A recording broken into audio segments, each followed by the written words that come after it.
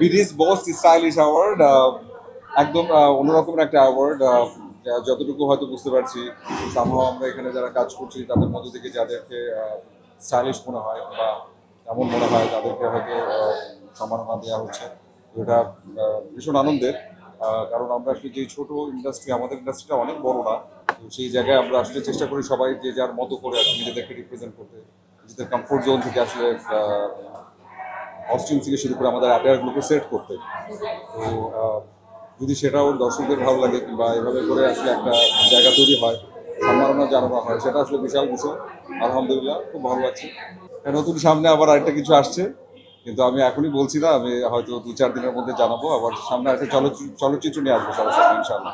জিনসুকে ভালোবাসা দিয়েছেন, খুব অল্প সময়ের মধ্যে আমরা কাজ করেছি এবং যেটা একটা ফ্র্যাঞ্চাইজি, এটা প্রতিবারই আসছে, সামনেও হয়তো আসবে ইনশাআল্লাহ। এবং আমরা চেষ্টা করবো, এবং স্পেশালি সবাইকে থ্যাঙ্কস জানাতে চাই যে কন্যা গানটিকে যে পরিমাণ ভালোবাসা দিয়েছেন আপনারা সবাই, এবং স্টিল এখনও দিয়ে যাচ্ছে। আমি লাস্ট যখন দেখেছিলাম তখন মনে হয় 27 মিলিয়ন বা 28 মিলিয়ন ছিল।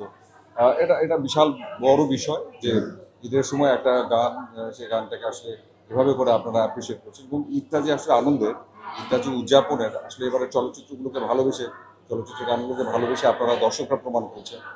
আমরা সত্যি উৎসাহিত, আনন্দিত, এবং আমরা চাই এভাবেই বরাবর ভালোবাসা দিয়ে যান আমাদের চলচ্চিত্রগুলোকে, যাতে করে আমরা যারা কাজ করছি আমরা যেন আরও অনেক বেশি পরিশ্রম করতে পারি, এবং আমরা চেষ্টা করি আরও ভালো কিছু আপনাদের সামনে আনবো।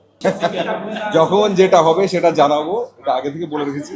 ও ভীষণ ভালো হয়েছে, ভীষণ ভালো। আমি একটা কাজের মধ্যে ছিলাম তখন দেখেছি, এবং আমার খুব ভালো লেগেছে, খুবই ভালো লেগেছে একদম। এবং ওনাকে বরাবরই এখন অন্যরকম রূপে দেখা যাচ্ছে, যতগুলো ছবি আসছে একটার চাইতে একটা আলাদা।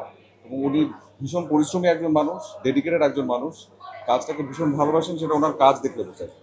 তো ভালো অভিনেত্রী, বরাবরই আমার সঙ্গে কাজ হয়েছে, এবং আমি দেখেছি যে সে যে চরিত্রটাই করে সে আসলে খুব মন দিয়ে করে, খুব ভেবে করে।